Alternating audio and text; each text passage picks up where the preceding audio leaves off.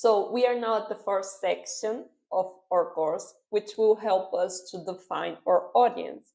Who am I talking to? Now that you know who your brand is, let's find out who's your audience.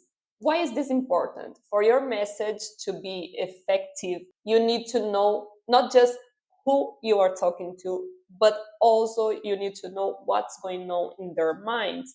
How do they feel? What are they thinking about? Only by understanding these aspects will you truly connect with them. And only by making that connection, we will be able to convert them into your clients. So the first principle to grasp is this. When you talk to everybody, you talk to nobody. Without a clear target audience, your message will lack focus. No one will feel like it's speaking directly to them. So to make a real impact, you must have laser focus on who exactly you are talking to. So let's put this into practice to find your laser focus target audience, all right? Let's start by defining your niche. Think about the broad area you work in. This is your market. Next, focus on a specific topic within that broad area. This is your niche.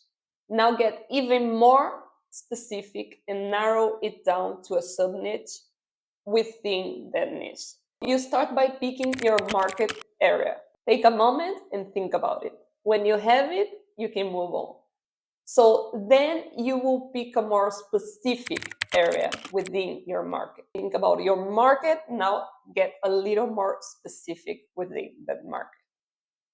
Then finally, you can narrow down even more inside that specific area to find your target audience. For example, your broad area might be health and wellness. Then your niche within health and wellness could be fitness coaching. Your specific sub niche within fitness coaching could be online fitness coaching for busy professionals who can go to an in person class. Another example, if you're a language teacher, your broad area is education.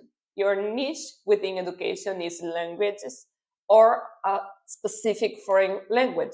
Your specific sub niche could be language teaching for people who want to work abroad, or English for people who are already living abroad but don't speak the language yet, or English for people of a specific native language. All of this narrowing down allows you, when creating your content, to talk to your audience as if you knew them. And this is what makes them choose you over the rest. It allows your message to resonate because you know exactly how they feel, you know exactly who they are. Now, there are several factors you can use to narrow down your niche. You could use price. Do you offer a premium, mid-range, or budget options? Demographics, age, gender, location, level of quality. Is your product or service luxury or affordable, for example? Your industry. What industry or sectors do your services cater to? Beliefs. Does your brand focus on particular values or lifestyle choices? Whatever you prefer, make sure it's relevant to you and your business. For instance, if your service is online fitness coaching, narrowing your niche by industry might not be as effective as focusing on demographics or lifestyle needs. Targeting by lifestyle traits such as lack of time, in this case, will help you niche down to busy professionals or new moms who are looking for flexible at-home fitness solutions, for example. The goal is that you have a laser-focused niche that helps you stand out and allows you to connect more deeply with your ideal customers. Now that you have your niche clearly defined, it's time to dive into your audience. But before we start, let's address something you might have already heard about. You've probably heard the term customer persona before, right? Well, that's not what we are doing here. Why? The reason is that customer personas don't always give you the actionable insights you need.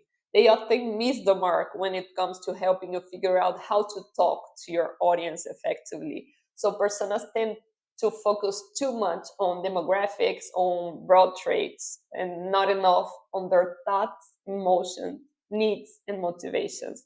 These are the things that really guide you on how to communicate with them. So instead of creating a generic customer persona, we're going to focus on understanding who your audience is on a deeper level, and more importantly, how to speak their language. And this is what we are going to see in the next lesson.